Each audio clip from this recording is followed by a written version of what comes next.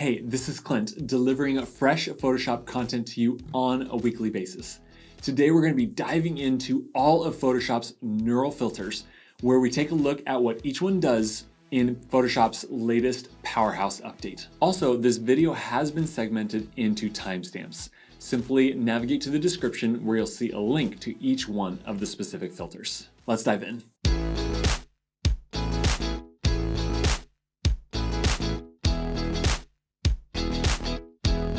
So the first option here is skin smoothing. Let's click that on here. I chose a model who wasn't already perfectly photoshopped. She's dealing with a little bit of acne here, and right away you can see how smooth that has made it. See, watch when I click this off. Click this back on. Very nice. I think I'm gonna even add a little bit more smoothness here. Awesome. A little bit of blur. Now, obviously it doesn't do a perfect job of removing like blemishes or acne. But as far as a before and after, it's definitely smoother, definitely less bumpy, and it gives me, I think, a better canvas to work on when it comes to fully retouching. All right, next up is style transfer. This is kind of a neat way to add different styles to a particular image.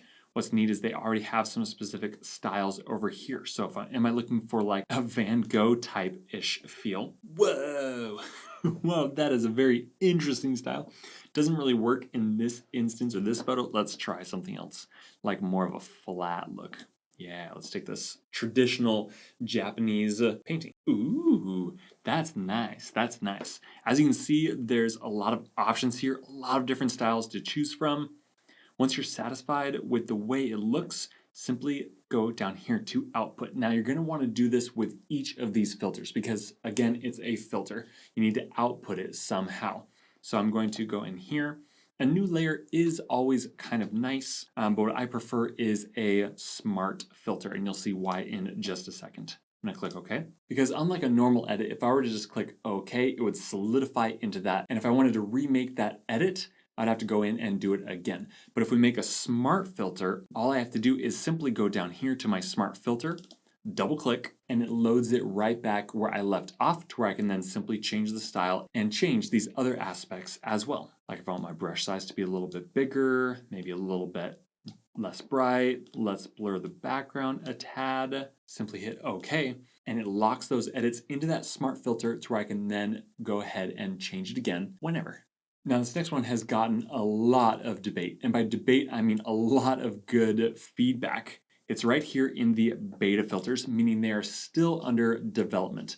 But hey, through your feedback here, literally with every edit, you can scroll down to the bottom and say, are you satisfied with the result? Yes or no. Adobe takes that feedback and tries to tweak it to make it even better. Now there's lots to do here in the Smart Portrait, so let's just go at it one at a time. They tried to make it really straightforward, but nonetheless, here are options. We can go with a little bit of happiness. Okay, perfect. Or what happens when I go the opposite direction? Does that give me a frown? Hey, it does. I don't know why that would ever be useful, but nonetheless, the option is there. Let's try a little bit of surprise. Not too noticeable, but I do see a little bit of the eyebrows being raised. Anger, I don't know why you would ever want to choose to make someone angry. I mean, maybe if the shoe fits or if the project fits, but I personally choose happiness over anger. What's going on here? Yikes. That is definitely angry. I would not want my portrait turned into something like that. All right, let's age this guy up. Let's go older, since he is already a pretty young guy. Whoa, whoa, wow, whoa, wow, that's incredible. Although, what's up with the whippy tip of his hair up here? Like, come on, Adobe. Like, can I? No? What is it? Man, I'd have to go in and like actually fix all that manually. What is the deal? All right, Adobe, you need to at least be able to change my selection of this blue box because you obviously missed some hair. All right, that is a no-go. But nonetheless, like the facial aid, spot on. That's amazing. That's amazing. I'm gonna leave that as we play with some of these other ones. Let's change his gaze and head direction to the right. Yes. Whoa. What? Wow. That even aged him up even a little bit more, I'd say. I was just about to say before I changed his gaze that he still looked young. Like he still looked like a young person, like in some kind of theater makeup, you know, like you can tell someone's age by looking at their eyes, and I didn't think they quite captured that. But for some reason here, when they changed the gaze, that definitely aged him up a little bit.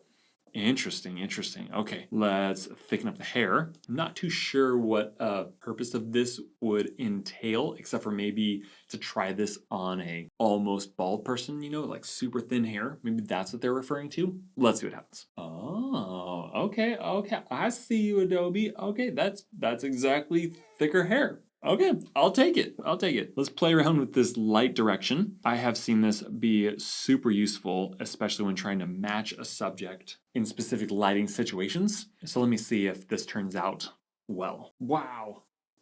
Man, that is phenomenal. But again, with this blue box thingy, I mean, look at his neck now. It is totally off. So like this is literally only useful for headshots.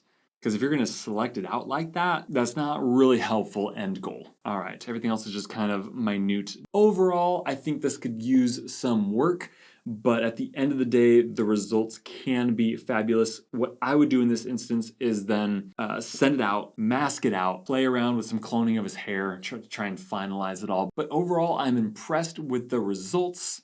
Good job, Adobe, for making my life a little bit simpler, but still could use some work.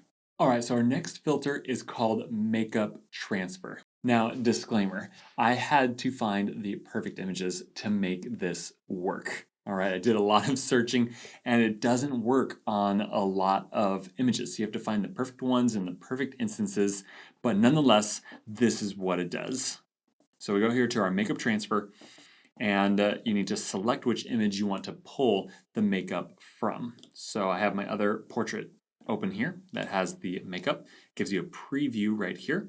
Okay, wait for it to pop up, and boom, just like that, pull the makeup from one image to the other. I always find though that the lips get really heavy, like heavy lipstick is always applied, whether or not the pulled photo even has any. But nonetheless, I think that's a really good result. Here's a before, here is an after. That's a pretty good representation of the makeup that's been pulled. Again, this is hit or miss. You need two perfectly good images that are set up in just the right way. I found that both eyes need to be showing or a nice straight on shot. Otherwise, it's hit or miss. All right, next up is what is called depth aware haze.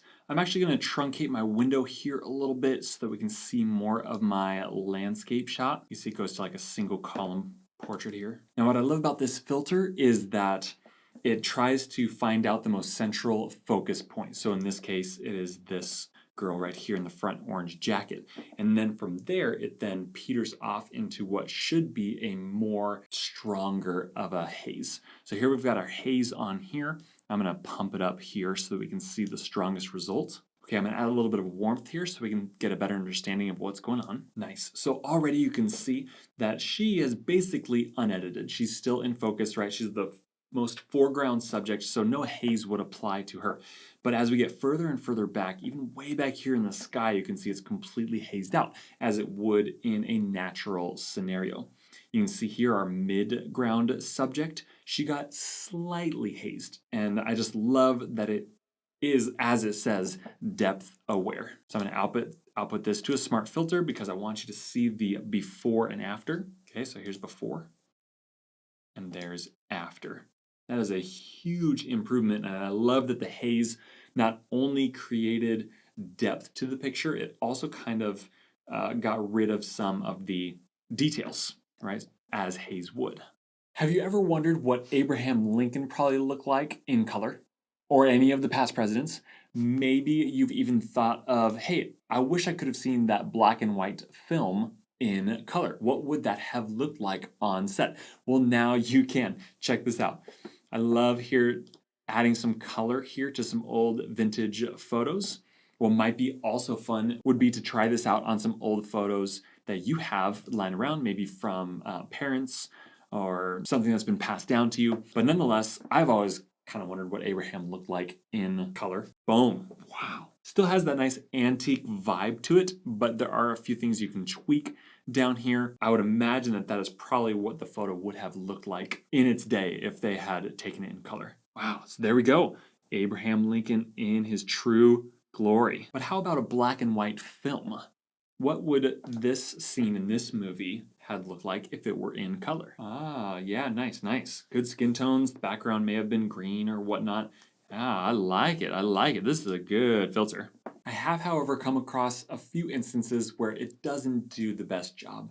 Again, this is artificial intelligence trying to just add color to something, so it's kind of hit or miss. But again, if you have the right photo, it can turn out with some amazing results. Next is the ability to what Adobe calls super zoom. It is, quote, the availability to zoom in and crop an image and let Photoshop add detail to compensate for the loss of resolution. Normally in a shot like this, to crop all the way into them who are far away, you would obviously see the low resolution of them being so far back.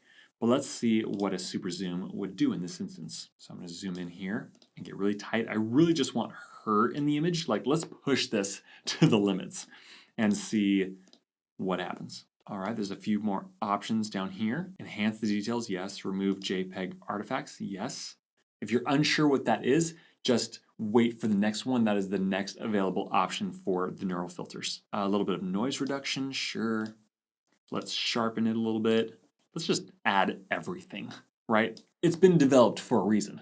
And now, once the preview is finally done, I'm going to output this to a smart filter and check the before and after. So here is before. I'm going to zoom in, see if it did a pretty good job. So if I were to zoom in and crop normally, this is what it would look like. You can see a little bit of pixelation here. Not too bad. And then let's check out our filter here. Again, you can see the rendering try to make up for the difference in the loss of quality. That's not too bad. Again, you'd probably want to have a better image, but nonetheless, that's a pretty good result for how far away she was. And lastly is the option to remove your JPEG artifacts. If you're unfamiliar with what those are, it is a form of compression that happens when you save and resave a JPEG and or just make it smaller and smaller quality. So check out here as I zoom in to this photo.